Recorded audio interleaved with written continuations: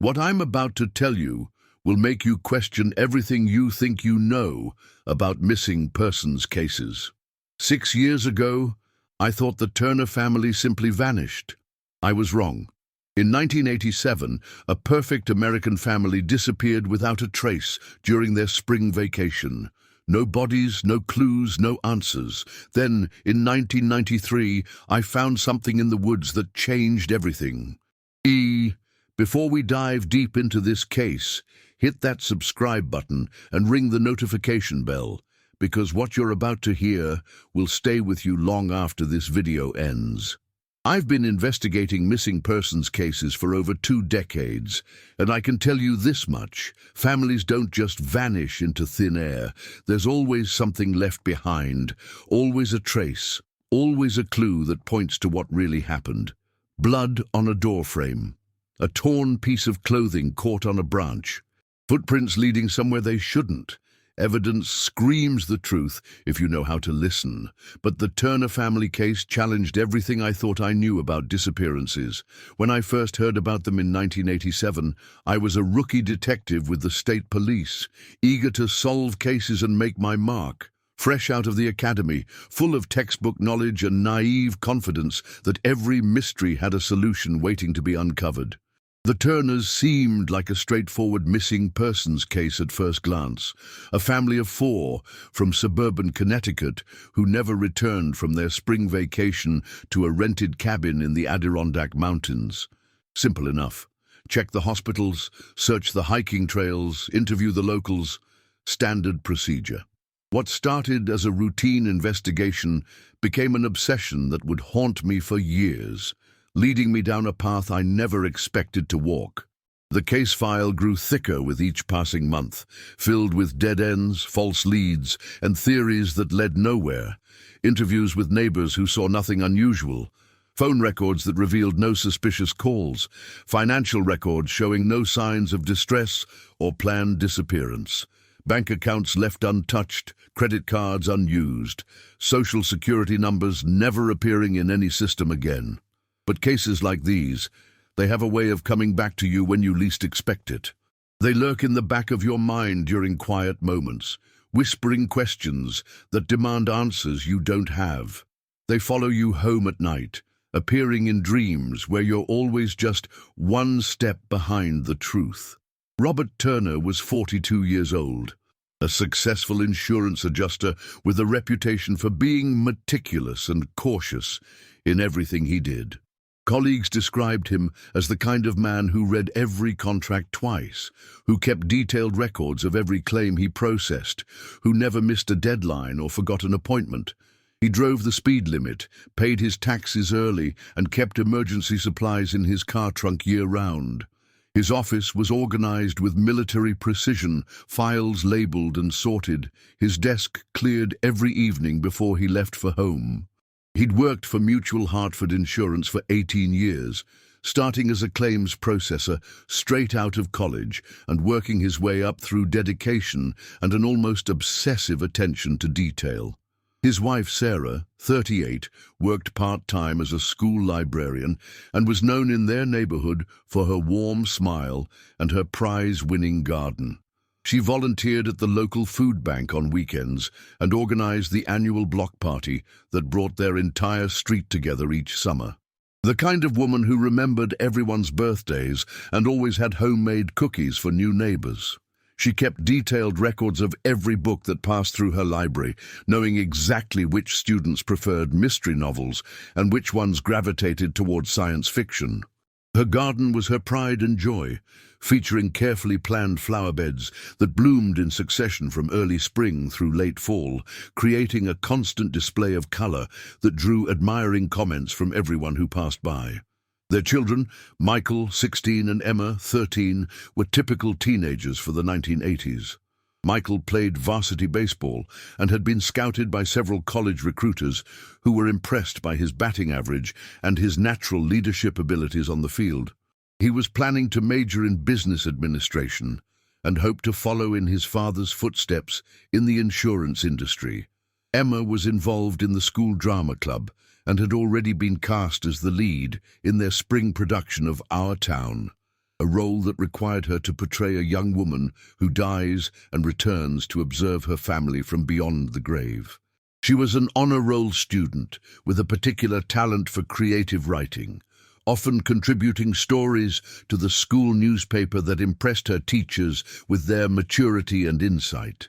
They lived in a comfortable colonial house on Maple Street in Hartford, Connecticut, with a white picket fence and a golden retriever named Chester, the kind of family that neighbors described as normal and happy, the kind of family that made other families wonder what they were doing wrong. Insurance investigator colleagues would later tell me that Robert often spoke proudly of his children, carrying wallet photos that he'd show to anyone willing to look. The pictures showed Michael in his baseball uniform, mud on his knees and a huge grin on his face, and Emma in her school play costume, dramatic makeup emphasizing her natural beauty. Sarah kept a garden journal where she recorded the growth of every flower and vegetable, planning next year's plantings with the same care most people reserved for financial investments. She pressed flowers between the pages of old phone books, creating natural artwork that she framed and hung throughout their house. The Turner home was a testament to their values, comfortable but not ostentatious, organized but lived in, filled with family photographs and handmade crafts that spoke of genuine love and connection. Friends who visited often commented on the warmth of the atmosphere, how you could sense the happiness of the family just by walking through their front door.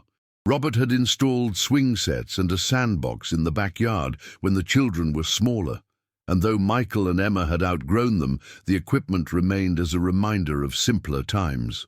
The family ate dinner together every evening at 6 o'clock sharp, a tradition that Sarah insisted upon no matter how busy their schedules became. These dinners were filled with conversation about school, work, and plans for the future, creating bonds that seemed unbreakable to everyone who knew them. The Turners had been planning their spring vacation for months, looking forward to a week of hiking, fishing, and disconnecting from their busy suburban lives. Sarah had circled the dates on the kitchen calendar in red ink, counting down the days like a child anticipating Christmas. She'd started planning meals and activities in February, consulting outdoor magazines and hiking guides to find new trails they hadn't explored during previous trips. Robert had requested the time off from his insurance office in January, giving his supervisor plenty of notice and arranging for coverage of his most important clients. He'd even worked extra hours in the weeks leading up to their departure to ensure that no urgent matters would require his attention while they were away. Michael had convinced his baseball coach to excuse him from spring training practice, promising to maintain his fitness routine with hiking and swimming. He'd brought resistance bands and a jump rope to keep his conditioning up, determined not to fall behind his teammates. Emma had finished all her homework assignments early and arranged for her best friend to feed their pet hamster, Nibbles, while they were away.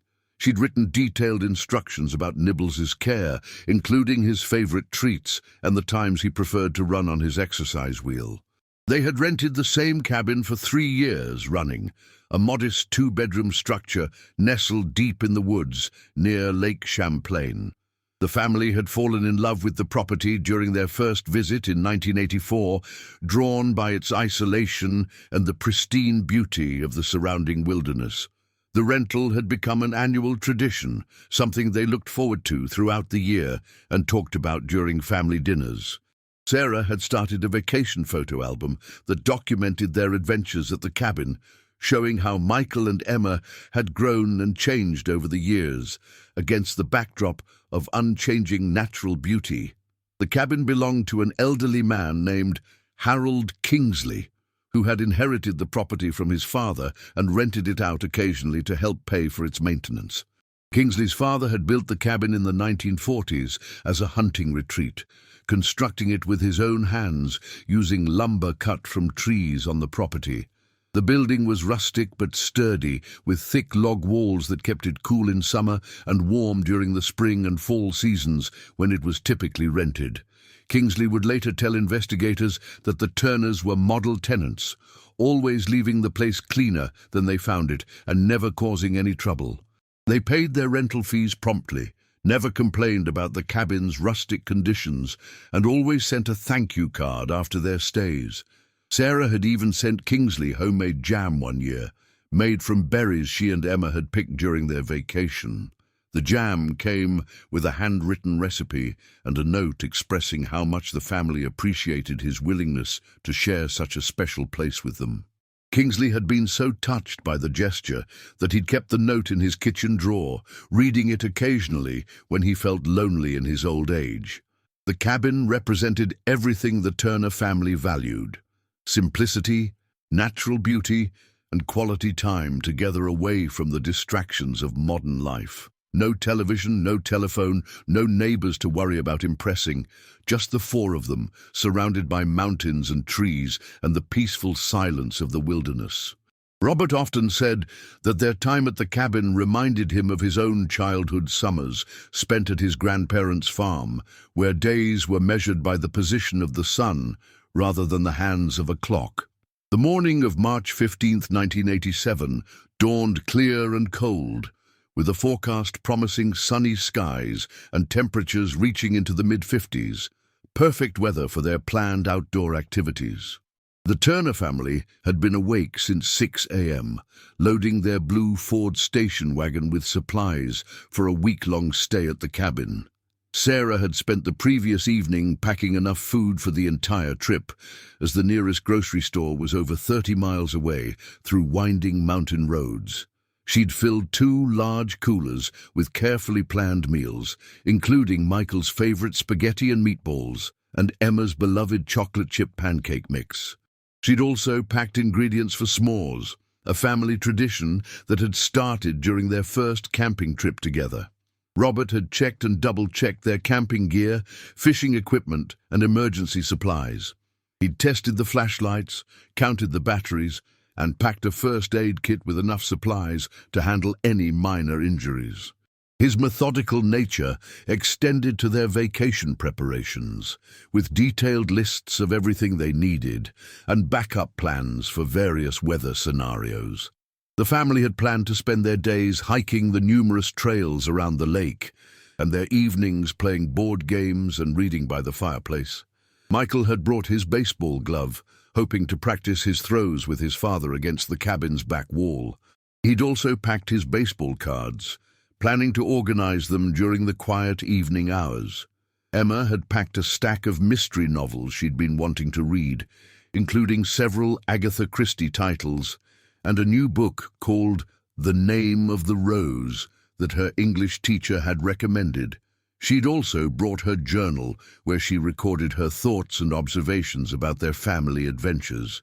Their neighbors, the Hendersons, watched as the family backed out of their driveway that crisp Sunday morning, Sarah waving from the passenger seat and the kids arguing playfully in the back about who would catch the biggest fish. Mrs. Henderson would later tell investigators that Sarah had seemed particularly excited about this trip, mentioning that she was looking forward to photographing the spring wildflowers for her garden journal. She'd bought a new camera specifically for the trip, a 35mm model that would allow her to capture the natural beauty of their surroundings in sharp detail.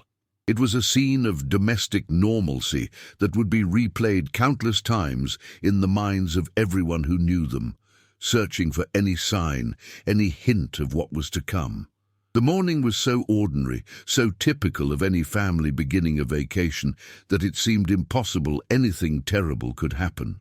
Chester the golden retriever watched from the front window as his family drove away, his tail wagging slowly as if he somehow knew this goodbye was different from all the others.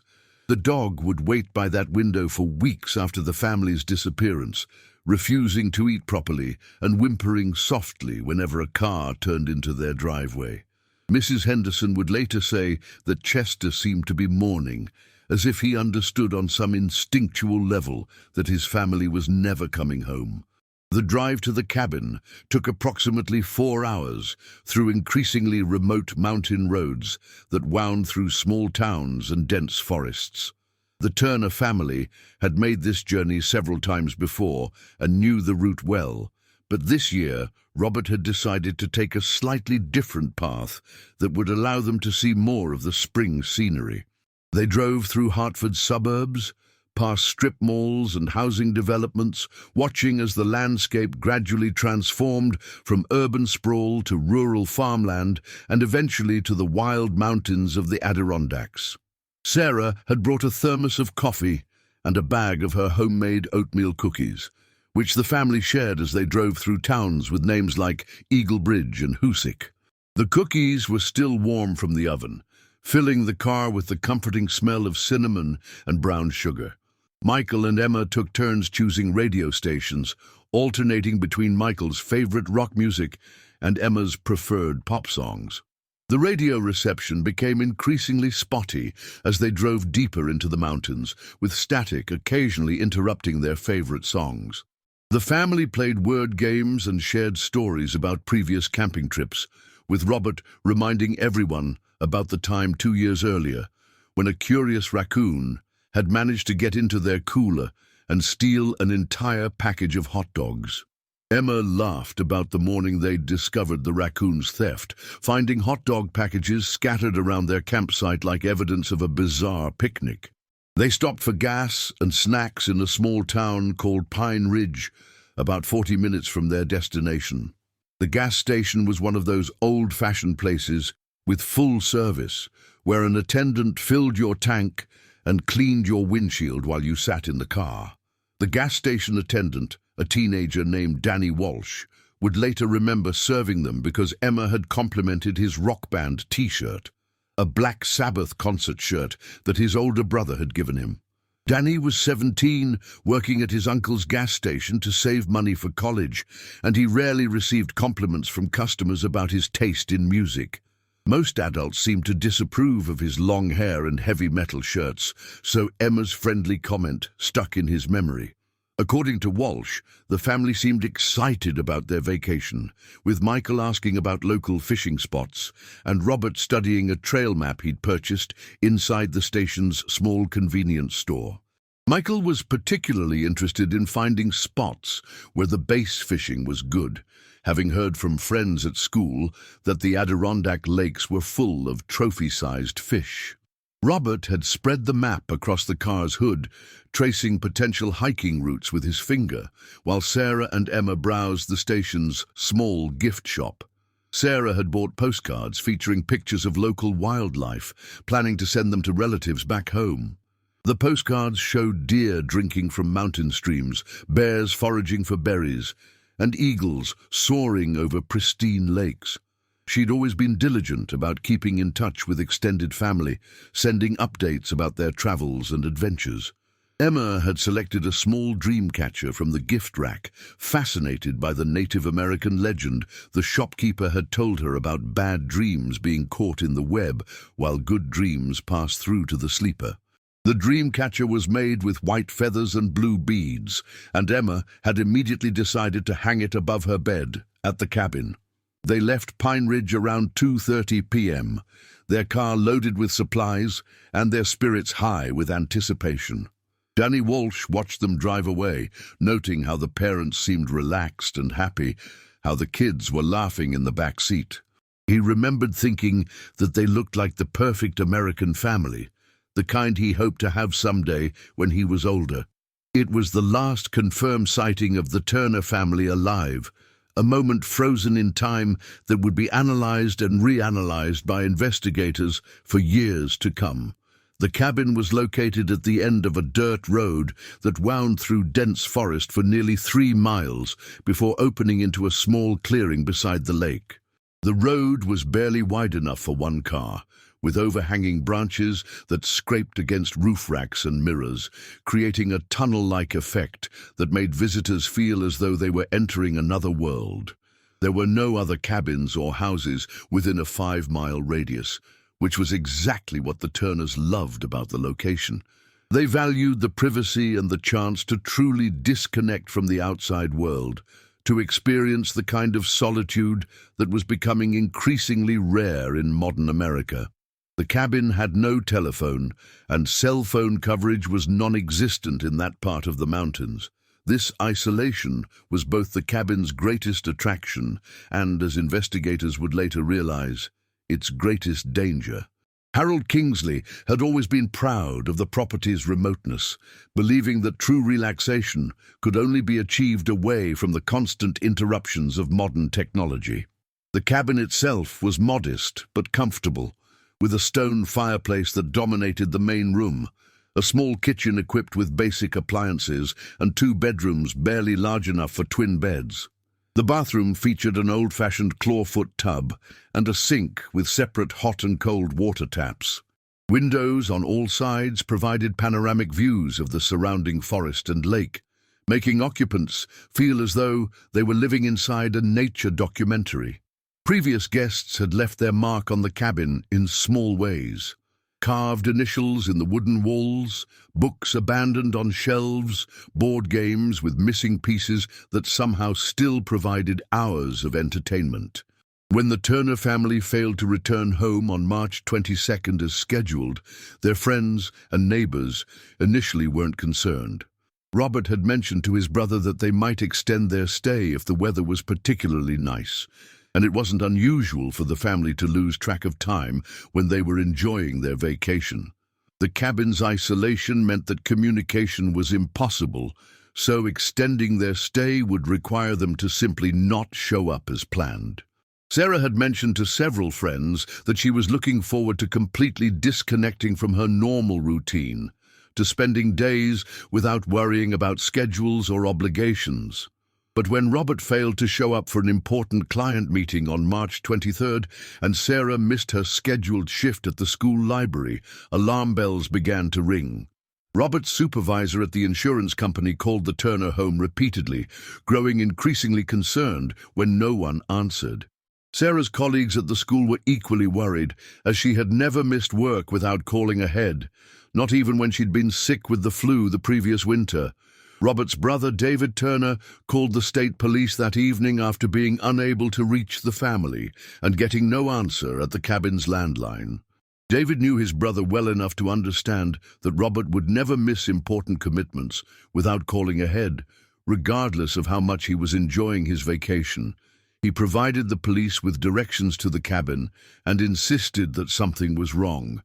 The initial response was measured. Adults have the right to extend their vacations, and families sometimes lose track of time when they're off the grid.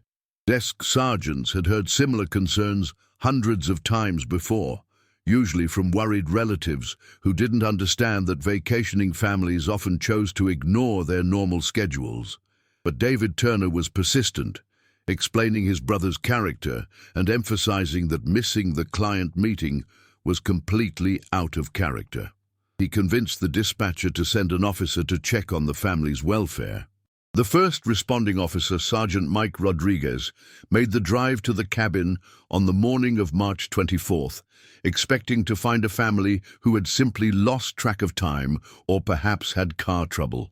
Rodriguez was a 20-year veteran of the state police who had responded to hundreds of welfare checks over the years, and he'd learned to approach these situations with calm professionalism rather than immediate alarm. The drive to the cabin took longer than he'd expected, with the narrow dirt road requiring careful navigation to avoid damaging his patrol car on overhanging branches. As he drove deeper into the forest, Rodriguez noticed how completely isolated the location was, how the thick trees blocked out most of the sunlight even in the middle of the day. The silence was almost oppressive, broken only by the sound of his engine and the occasional bird call from the surrounding woods. He'd visited remote locations before, but this felt different somehow, as though the forest itself was watching him. When he finally reached the clearing where the cabin stood, Rodriguez immediately noticed that something was wrong. The Turner family's blue Ford station wagon was parked in its usual spot beside the cabin, but the vehicle was covered with a light layer of pollen and tree debris that suggested it had been sitting there for several days. More unsettling was the fact that the car was unlocked, with the keys still in the ignition and the family's luggage still packed in the back. Rodriguez had seen enough crime scenes to know that people don't normally leave their cars unlocked with valuables inside, especially in such an isolated location. He called for backup before approaching the cabin, following protocol for potentially dangerous situations. What Sergeant Rodriguez found instead was a scene that defied easy explanation. The cabin itself presented an even more puzzling picture than the abandoned car. The front door was unlocked and standing slightly ajar, creaking gently in the mountain breeze.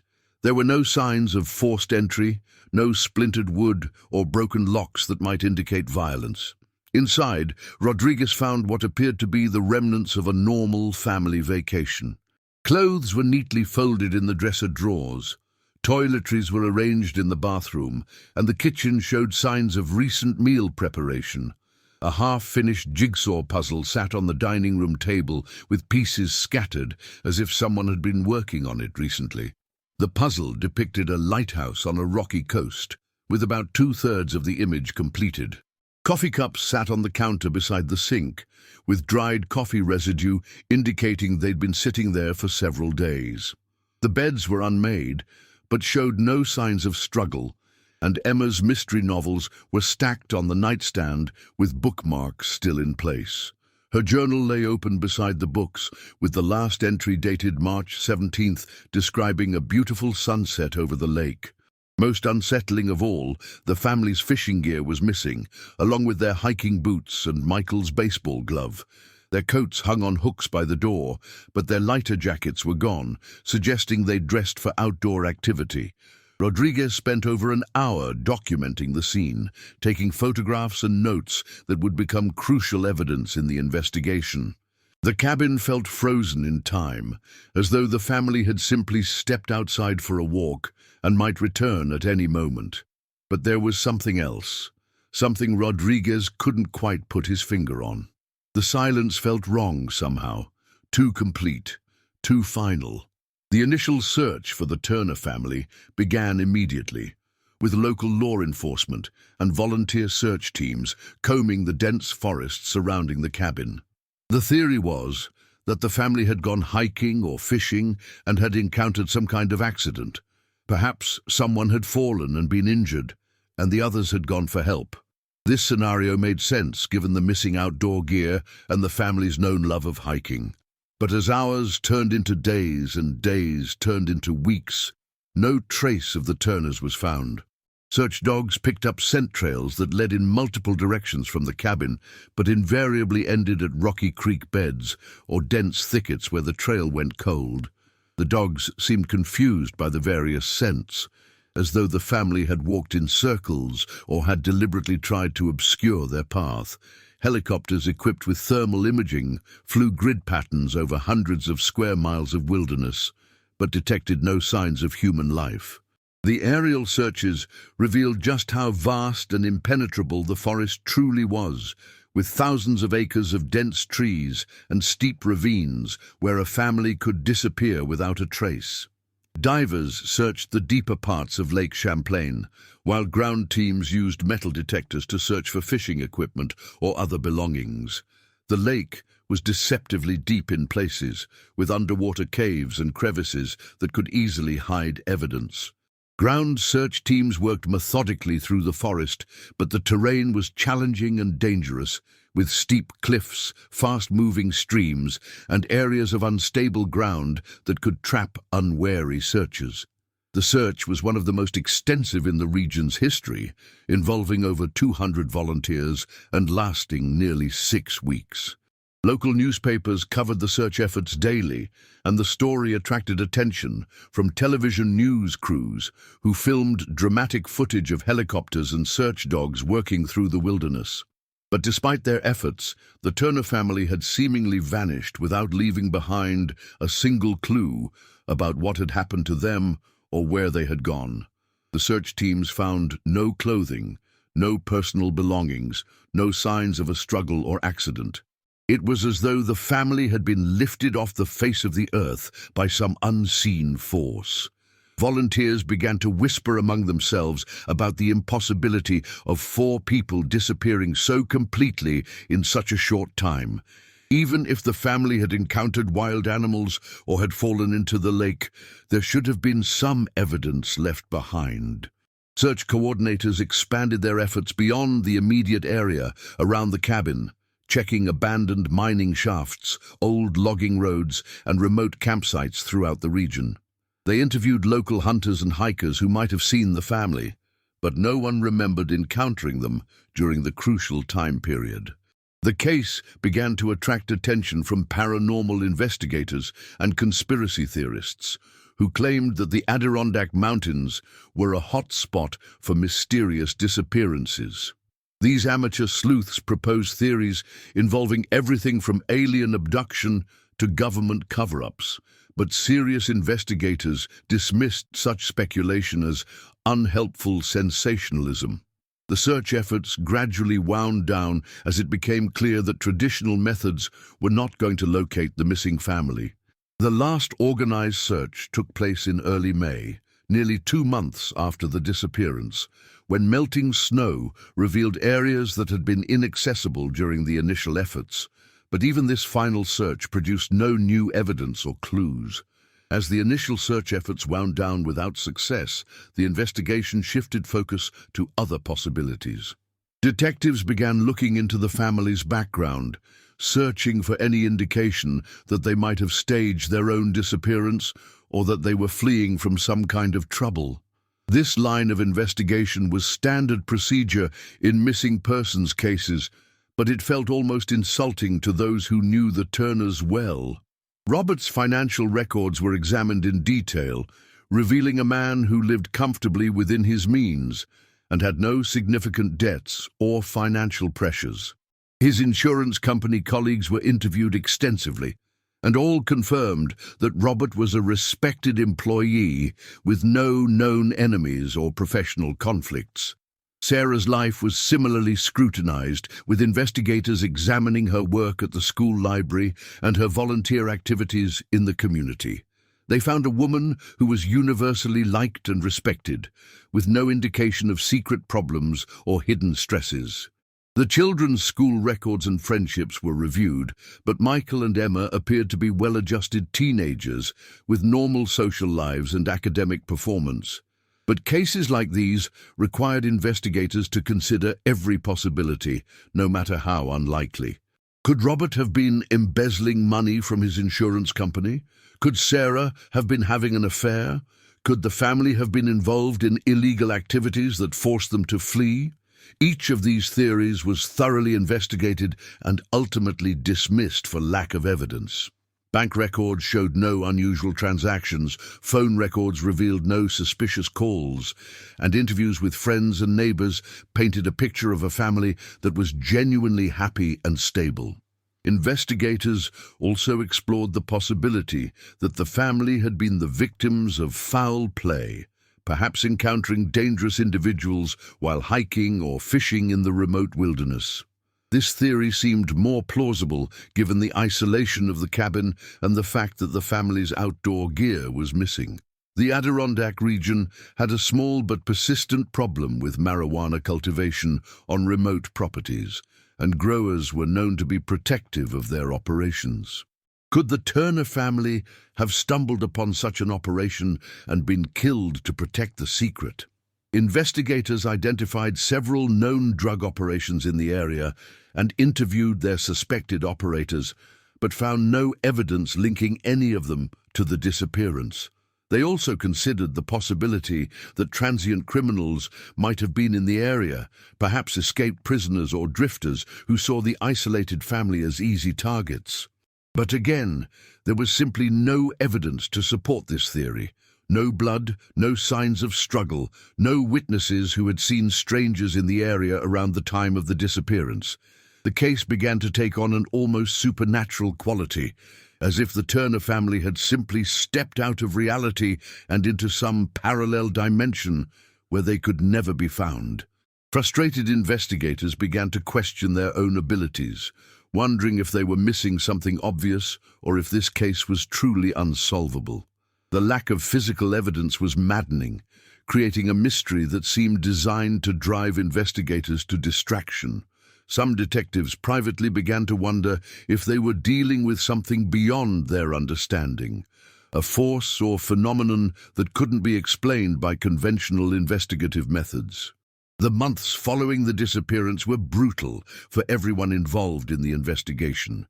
The Turner family's extended relatives held vigils and organized their own search efforts, refusing to give up hope that Robert, Sarah, Michael, and Emma would somehow be found alive. David Turner, Robert's brother, quit his job to dedicate himself full-time to finding his missing family members. He printed thousands of missing person flyers and traveled throughout the Northeast, posting them in truck stops, diners, and gas stations, hoping that someone would recognize the faces and provide a crucial lead. Sarah's sister organized prayer groups and fundraising drives to support continued search efforts, even after official resources had been exhausted.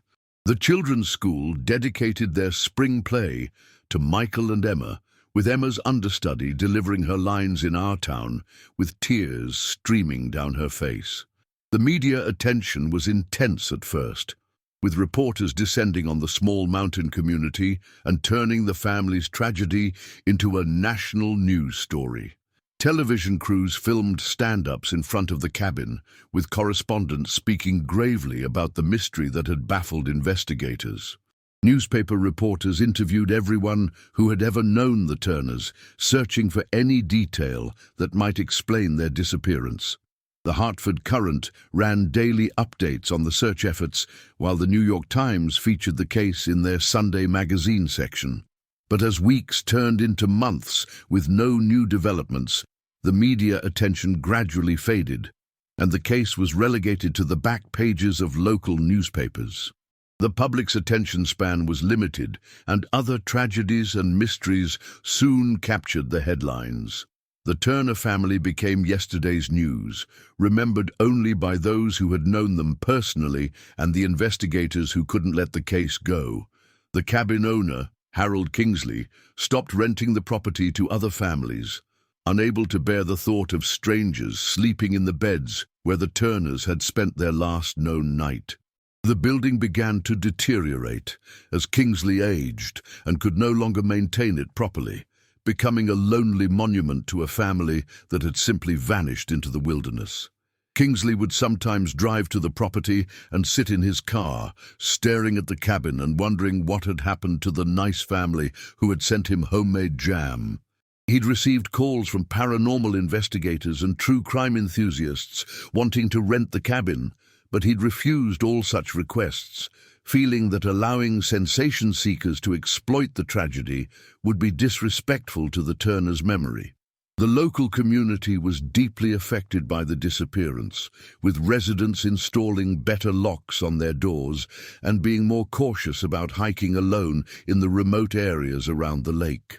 The case became a local legend, whispered about in bars and discussed around campfires by vacationers who came to the region for outdoor adventures. Some people claimed to have seen the Turner family's ghosts walking along the lakeshore at dusk, while others reported hearing children's laughter echoing through the forest on quiet nights. These supernatural claims were dismissed by investigators, but they added to the mysterious atmosphere that surrounded the case and made it even more difficult for the family's relatives to find peace. By 1990, 3 years after the disappearance, the Turner case had officially been designated as a cold case. The active investigation was suspended and the files were transferred to a storage facility where they would remain unless new evidence came to light. I had been promoted to detective by then and had worked dozens of other cases, but I found myself returning to the Turner file during quiet moments, reading through witness statements and evidence reports, trying to find something that everyone else had missed. The file had grown to over 300 pages, documenting every lead that had been pursued, every theory that had been considered, every dead end that had been encountered. There were crime scene photographs, interview transcripts, search maps and evidence logs, but none of it added up to a coherent explanation of what had happened to the family. There was something about the case that felt unfinished, like a song missing its final note or a book with pages torn out at the end. I couldn't shake the feeling that the answer was hidden somewhere in those files, waiting for someone with fresh eyes to spot the crucial detail that had been overlooked. I visited the cabin several times over the years, walking through the rooms where the family had spent their last days, trying to understand what could have happened to them. The building continued to deteriorate, with broken windows and a leaking roof that allowed rain and snow to damage the interior. Animals had moved in, and vandals had left their mark with graffiti and broken furniture. But I kept going back, drawn by an inexplicable feeling that the answers were hidden somewhere in that remote clearing beside the lake. The cabin had become a place of pilgrimage for true crime enthusiasts and amateur investigators who drove for hours to see the site where an entire family had vanished without a trace. Some came hoping to find evidence that professional investigators had missed, while others were simply drawn by morbid curiosity about the location where such a baffling mystery had begun. Harold Kingsley eventually stopped trying to keep trespassers away, resignedly accepting that his property had become part of local folklore. The deteriorating building seemed to attract supernatural claims, with visitors reporting strange sounds, unexplained cold spots, and glimpses of figures moving through the rooms. A paranormal investigation team had even filmed a documentary at the site, claiming to have captured electronic voice phenomena that sounded like Sarah Turner calling for her children. These claims were dismissed by serious investigators, but they added to the mysterious reputation of the location and ensured that the Turner case would never be completely forgotten. Local teenagers began using the abandoned cabin as a place to party and tell ghost stories, creating a macabre tradition that horrified the Turner family's relatives but seemed impossible to stop. The cycle of deterioration and exploitation continued year after year, with the building becoming less recognizable as the comfortable vacation retreat where a happy family had once planned to spend a peaceful week in the mountains. It was during one of these visits, in the spring of 1993, exactly 6 years after the Turner family's disappearance, that I made the discovery that would change everything. I had driven up to the cabin on a whim, telling myself I was just checking to make sure vandals hadn't damaged the property further. But if I'm being honest, I was really there, because the anniversary of the disappearance always brought the case back to the forefront of my mind. The 6-year mark felt significant somehow, as though enough time had passed for new evidence to reveal itself, or for me to see old evidence in a new light. The cabin looked worse than ever, with vines growing through the broken windows and animals having made nests in the abandoned rooms. Graffiti covered many of the walls, with messages ranging from crude jokes to sincere tributes to the missing family. Someone had spray-painted "Where are they?" in large red letters across the front door, a question that had haunted everyone connected to the case. As I walked around the perimeter of the building, taking photographs to document its continued deterioration, I noticed something I had never seen before, or perhaps had seen but never really registered. Behind the cabin, partially hidden by overgrown brush and fallen trees, was what appeared to be the remains of another structure. It was so deteriorated and overgrown that it was barely recognizable as human-made, but there were definitely signs of construction, charred wooden beams, fragments of metal roofing, and a stone foundation that was still partially intact. This was clearly the remnants of a building that had been destroyed by fire, and from the level of decay and vegetation growth, it had been burned years ago. The discovery hit me like a physical blow to the chest. Here was a burned structure that had never been mentioned in any investigation report, located just 50 yards from where the Turner family had been staying when they disappeared. How had this been missed during the extensive searches? How had no one thought to explore every structure on the property, no matter how ruined or abandoned? I spent the rest of that day carefully examining the burned building, taking photographs and measurements, trying to understand what it was and why it had never been documented.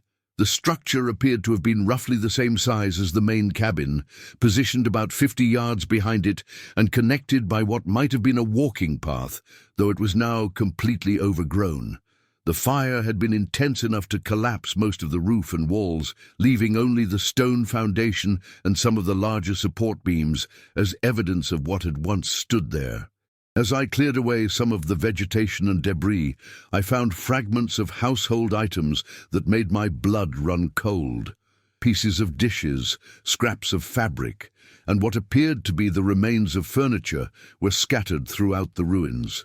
But most unsettling of all, I discovered what looked like children's toys buried beneath layers of ash and soil. A partially melted plastic soldier, the charred remains of a stuffed animal, and fragments of what might have been a board game were hidden in the debris like archaeological artifacts from a tragedy.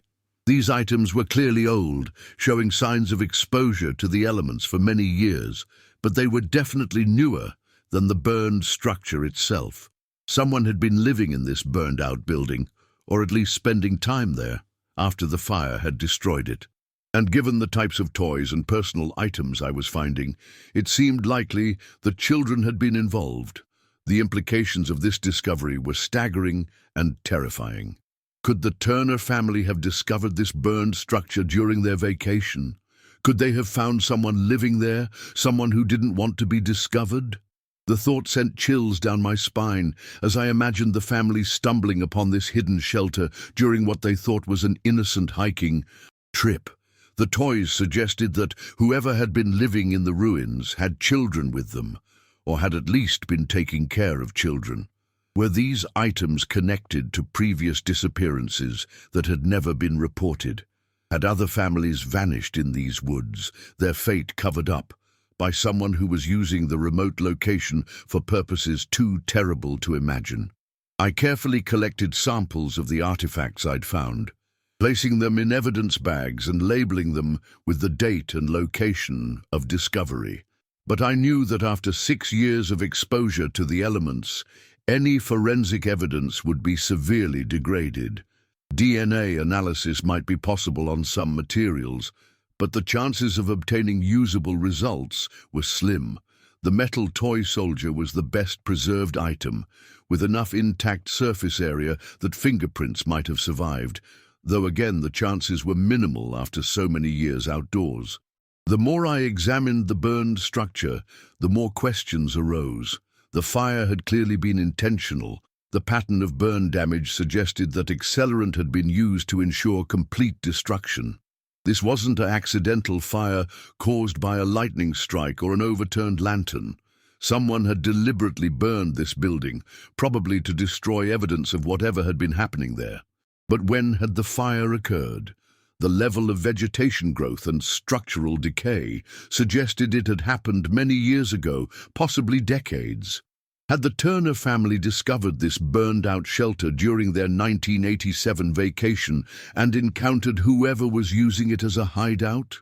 Or had the fire happened after their disappearance, perhaps as part of covering up whatever had been done to them? I spent hours searching through the debris, looking for anything that might provide clues about the building's history or the people who had used it. In addition to the children's toys, I found fragments of adult clothing, pieces of camping equipment, and what appeared to be the remains of makeshift furniture constructed from scavenged materials. This looked like the kind of shelter that might be used by someone who was hiding from society, an escaped prisoner, a wanted criminal, or someone who had chosen to live off the grid for other reasons. The remoteness of the location would have made it perfect for someone who didn't want to be found by authorities. But the presence of children's toys raised even more disturbing possibilities. Had whoever was living here abducted children from other families? Were the toys souvenirs taken from victims, or evidence that children were being held in this remote location against their will? The thought made me sick to my stomach, but I had to consider all possibilities no matter how terrible they might be. I carefully photographed everything I found, creating a detailed record of the scene that could be analyzed by other investigators. The camera flash illuminated details that were hard to see in the filtered sunlight beneath the forest canopy, revealing more artifacts partially buried in the ashen soil. I found pieces of rope that might have been used for restraints, fragments of metal that could have come from makeshift cages or barriers, and scraps of material that might have been used to muffle sounds. Each discovery painted a darker picture of what might have been happening in this hidden location, and I began to understand why someone would go to such lengths to destroy the evidence. By the time I finished my examination of the burned structure, the sun was setting and the forest around me was growing dark and ominous. The isolation that the Turner family had loved about this location now felt threatening and hostile. I realized that I was completely alone in a place where terrible things might have happened, with no cell phone coverage and no way to call for help if I encountered danger. The same person or people who had been responsible for whatever happened here might still be in the area, watching me from the surrounding trees. I packed up my evidence carefully and made my way back to my patrol car, constantly looking over my shoulder and listening for any sounds that might indicate I was being followed. The drive back to civilization felt endless, with the narrow dirt road seeming to stretch on forever through the darkening forest. I kept my windows rolled up and my doors locked, unable to shake the feeling that hostile eyes were watching me from the shadows between the trees. When I finally reached the main highway and could see other cars and signs of civilization, I felt a tremendous sense of relief. But I also felt a heavy burden of responsibility. I had discovered evidence that might finally explain what had happened to the Turner family, but it also suggested that their fate had been far worse than anyone had imagined. The burned shelter represented a secret that someone had been willing to kill to protect, and I was now the only person who knew about its existence. I drove straight to the state police headquarters and filed a detailed report about my discovery, including the photographs and evidence samples I had collected. But I knew that reopening a 6-year-old case would be difficult, especially since the physical evidence was so degraded and the connection to the Turner disappearance was still largely circumstantial. The artifacts I had found proved that someone had been using the burned structure as a shelter, and the deliberate nature of the fire suggested that whoever was responsible had something to hide. But without more concrete evidence, it would be impossible to prove that this discovery was connected to the missing family. I spent weeks researching the history of the property, trying to understand when the second building had been constructed and what had caused it to burn.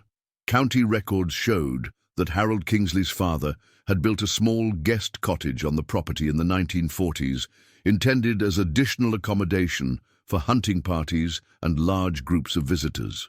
But there was no record of when it had been destroyed or why. Local fire departments had no reports of responding to a structure fire at that location, which suggested the building had burned when no one was around to report it, or that whoever was responsible had made sure no authorities were notified. This pattern of official silence was deeply troubling and suggested that the fire had been part of a deliberate cover-up. I interviewed Harold Kingsley again, but he was in his 80s by then, and his memory of events from decades past was unreliable.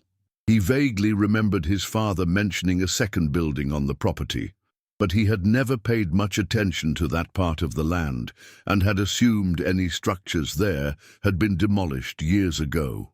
His father had died in the 1960s, taking any detailed knowledge of the property's history with him to the grave.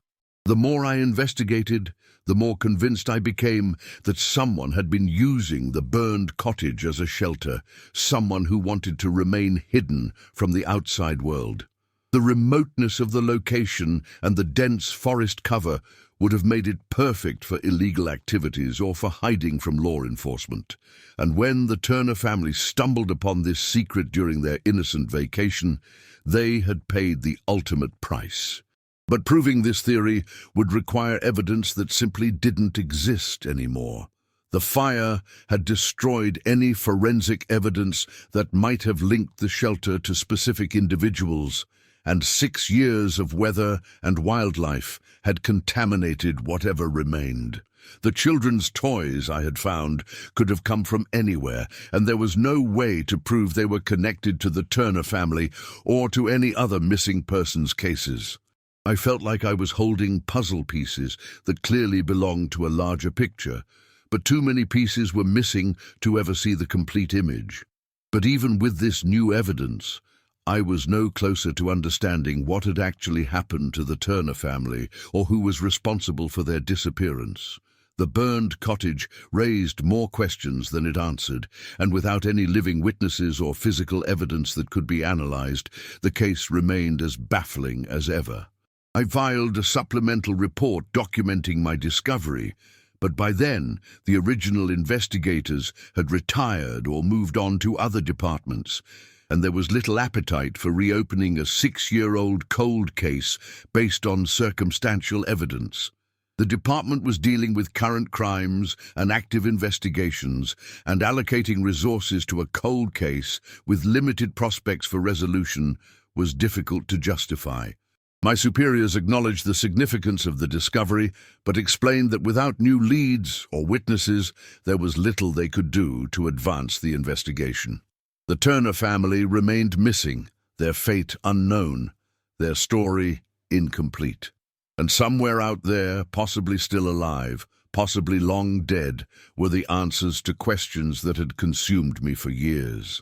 The burned cottage became another piece of the puzzle, but it was a puzzle that seemed designed to remain forever unsolved. A mystery that would continue to haunt everyone who had ever been touched by the disappearance of a family who had simply wanted to enjoy a quiet vacation in the mountains. The discovery of the burned structure changed how I thought about the Turner case, but it also left me with more questions than answers. I began to research other missing persons cases in the Adirondack region, wondering if the Turner family had been part of a larger pattern of disappearances that had never been connected by investigators. What I found was disturbing. Over the past 20 years, several individuals and families had vanished while camping or hiking in remote areas of the mountains.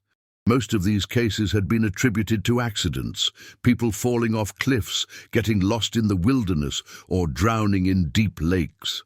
But now I wondered if some of these disappearances might have had a more sinister explanation. Were there predators using the vast wilderness as a hunting ground, targeting isolated campers and hikers who wouldn't be missed for days or weeks? The pattern was subtle, but definitely present when I looked at the cases collectively. Families or individuals would disappear without a trace, leaving behind minimal evidence and baffling investigators. Search efforts would be extensive but ultimately fruitless, and the cases would eventually be classified as accidents or assumed disappearances. But what if they weren't accidents at all? The burned cottage represented something that had been deliberately hidden and then destroyed to cover up evidence. Someone had invested significant time and effort in maintaining a secret presence in these remote woods, and they had been willing to commit violence to protect their operation. The children's toys I had found suggested that whatever was happening there involved minors, which raised the most horrible possibilities about what the Turner family might have witnessed.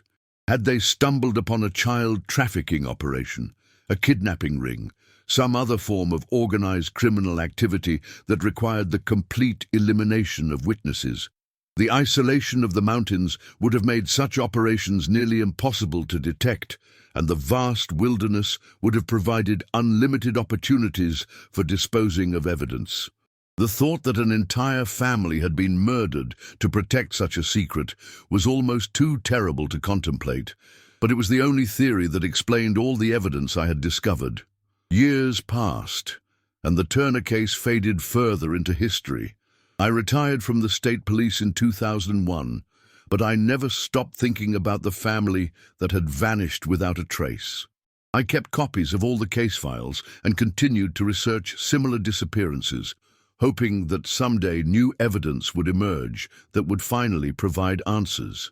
The cabin deteriorated beyond repair and was eventually demolished by the county as a safety hazard, erasing the last physical reminder of the family's final vacation. Harold Kingsley died in 1998, taking with him any remaining institutional memory about the property's history. The burned cottage site became completely overgrown, invisible to casual visitors, and forgotten by everyone except me. What really happened to the Turner family in those woods? Was someone living in that burned cottage, watching and waiting for unsuspecting victims to discover their secret? Were Robert, Sarah, Michael and Emma simply in the wrong place at the wrong time? Innocent victims of a predator who couldn't allow them to leave with knowledge of whatever horrors were hidden in that remote location. The evidence suggests that something terrible happened to them, something that required the complete destruction of physical evidence and the permanent silencing of witnesses. But without bodies, without confessions, without the smoking gun that would prove what happened, their disappearance remains one of the most baffling mysteries in the history of missing persons cases. Somewhere in those mountains, the truth is buried beneath years of fallen leaves and forgotten memories, waiting for someone to finally piece together the fragments of evidence and reveal what really happened during those terrible days in March 1987. What really happened to the Turner family in those woods? Was someone living in that burned cottage, watching and waiting? Leave your theory in the comments below.